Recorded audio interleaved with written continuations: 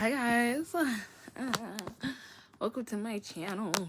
I know I look so clapped right now, but I wanted to talk about something that was really cool to me. Sorry, this is like on my laptop, so you're in my iPad. I want to get a laptop soon, so yeah, that's gonna take forever to save up for, but will happen. He's so adorable. Like, how could I have a how can I live in his philosophy? Philosophy?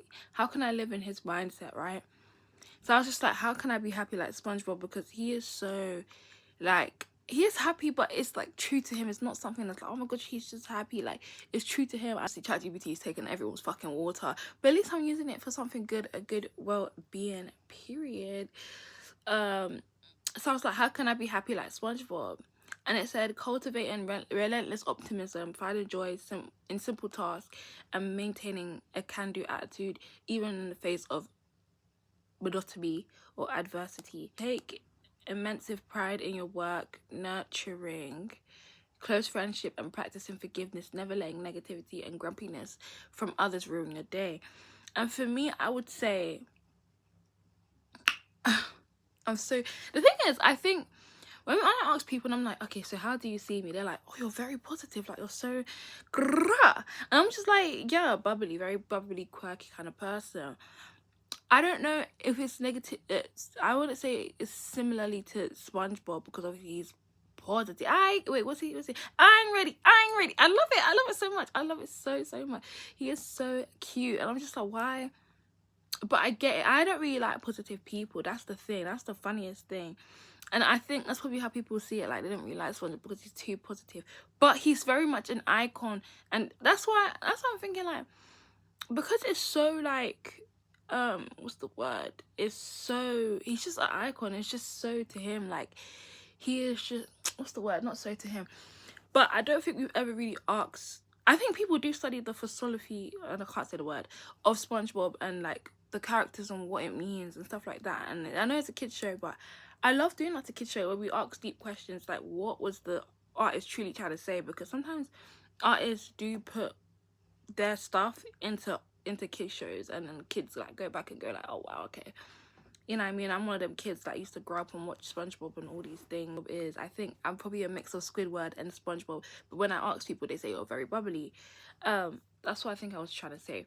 Anyway, however, how can we apply that? Finding passion in mundane things. I find that SpongeBob will be like, oh my gosh, there's gum underneath the table. Oh my gosh, I can clean this. And then Squidward will be like, why would you want to clean that?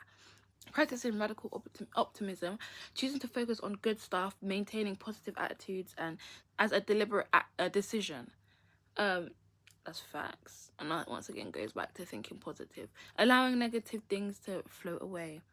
It's not an easy thing to do, but when you deliberately, and I was thinking, yeah, like, it's not an easy thing to do. I think people need to do recognize, if you still want to take on that, I think, you know what I mean, you have to make it into a deliberate decision. When you catch yourself going like, okay, let's let this float away and think of something better. I know I get upset quickly at things. I feel like I can be very aggravated at things, but I think I let like the positive stuff take over after a while, because you can't, for me, I don't know, I can't be upset for too long. Like, I like to laugh at things, I like to whatever, and I hope, you know, you guys out there go find something, you know, fun to laugh at. Like, every time you're upset, go find something funny to watch. I think that's the, you know what I mean, go find the support system that you need.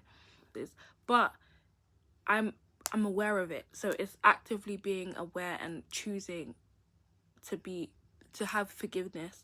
Obviously, I'm not a big Christian, but I like forgiveness. Yeah, and that's not just my mum or family members, but that's just in general, is a good thing to have. And I really admire that with SpongeBob, and I admire that with like true positive people, not people that tell you to be happy, you know what I mean? Not people that tell you to be but use your imagination. Oh, I mean, as a creative person, okay, I'll get there. Use your imagination and creativity. I love that. Playing games, exploring, suggested by viewers on, oh, that was suggested by viewers on Reddit. Period. Being resilient and forgiving. Don't hold grudges. Forgive quickly. Be humble and apologize first to maintain your relationships. You know what I mean? If that person truly, obviously it's up to that person. You can never dictate how someone takes disrespect, but it's up to that person how they want to forgive you. And that's something that I've got to embrace, and but yeah, not holding grudges, I don't think I do, because it's like I wake up every day on 10, so it's like, but then I quickly forget negative things, and then like more negative things life be overwhelming.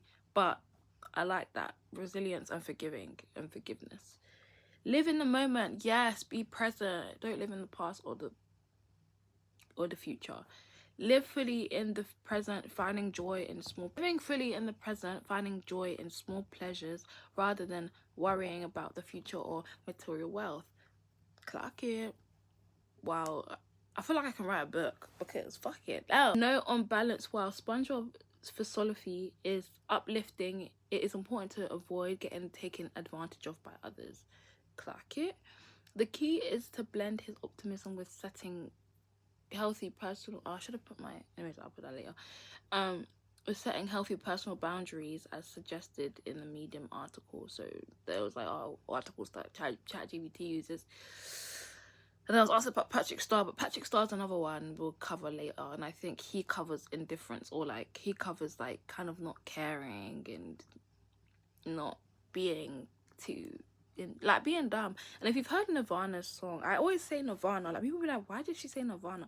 But Nirvana, a song called Dumb, and you go to the lyricism of it, I really like it, and I think it just reminds me. I just know I spent 34 minutes trying to read, stuttering over everything, but I'd rather read something here and there and kind of understand why people do certain things, because I just... Anyways, bye!